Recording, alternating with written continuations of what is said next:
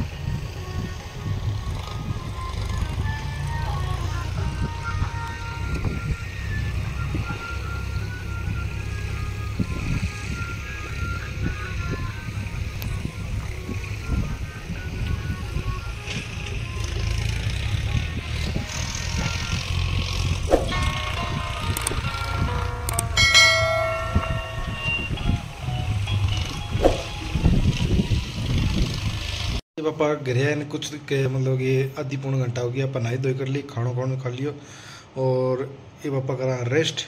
और वीडियो ने लाइक कर दो, शेयर कर दो, चैनल ने सब्सक्राइब कर दो। अगर फेसबुक पेज पर हो तो पेज ने फॉलो कर लो। बहुत बहुत धन्यवाद।